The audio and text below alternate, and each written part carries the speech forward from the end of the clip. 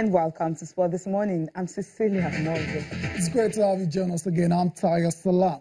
Okay, this is how we start the show today. We're starting from the Nigerian Professional Football League, and the big match of the weekend of match day 12 ended in favor of Rangers International of Enugu, ended 1-0. Rangers won, Enyimba 0. That's how the unbeaten run ended in Enugu. Yeah, that's the way it is. Also on the program, we'll be going straight to the courts, talking about basketball, where LA Lakers, they were the one who had a better show against the big boy, talking about LeBron James and the Cavs. Julius Randle having a career high of 36 points to go with 14 rebounds, 7 assists and 2 blocks, and that's how they were able to offset the Cavs, 127 and 113. Wow. What a show. What a show. That was very similar, very close to the Showtime Lakers we used to know back in the days. Congratulations to the young Lakers. Also on the show, from the basketball court, we're going to the tennis court. And surprise, surprise, former world #1, Novak Djokovic was beaten by a player ranked, Cecilia, 109 in the world. Taro Daniel absolutely stunned Novak Djokovic in the second round of the BNP Paribas Open in Indian Wells. Cecilia, you didn't see this one coming. I didn't see it at all. When I tell you that Roger Federer is going to be world #1 for a long time, now you believe me, right? Oh dear. That's where we start from. I mean, it's a shocking result. Qualifier, Taro Daniel.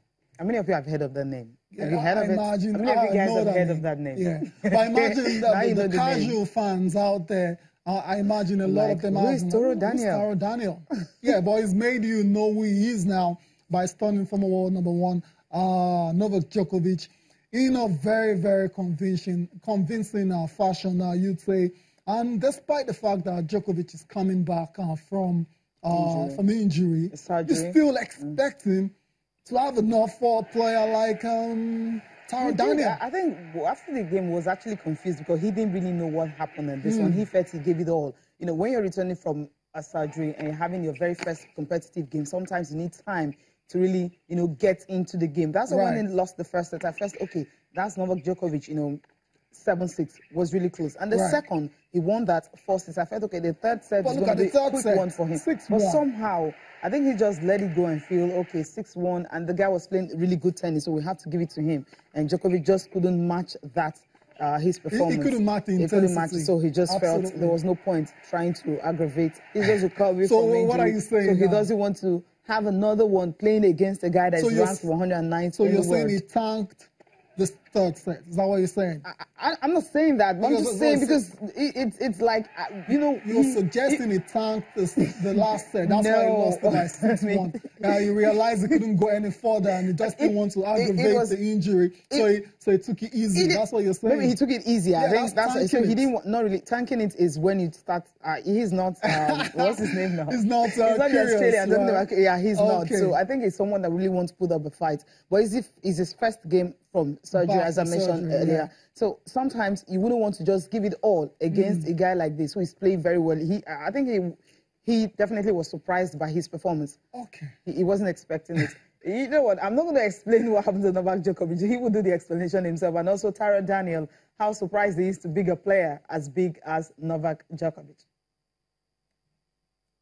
Yeah, I mean, it's kind of hard to describe. I mean, it's,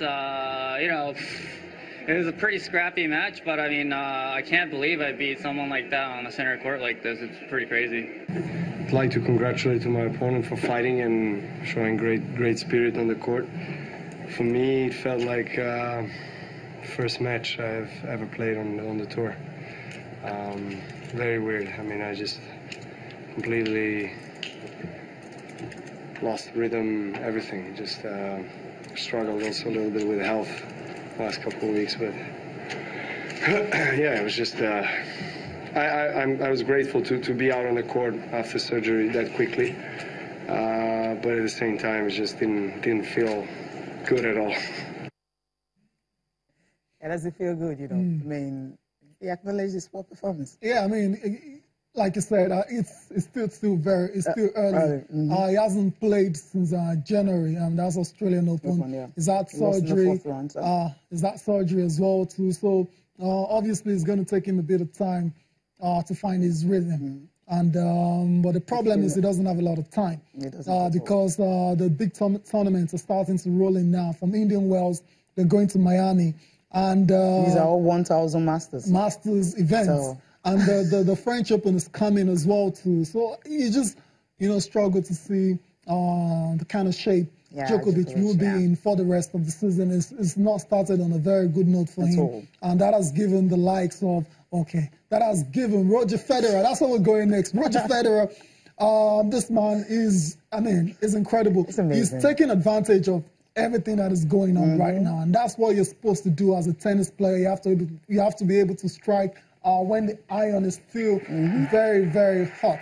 That's what Djokovic is doing. It took him 2 days to get past the second round opponent. That was because of rain delay. But when he had his opportunity, Roger Federer made sure there was no upsets whatsoever in his match against Del Boni. Won that one 6-3, 7-6. Split sets. Novak Djokovic, I beg your pardon.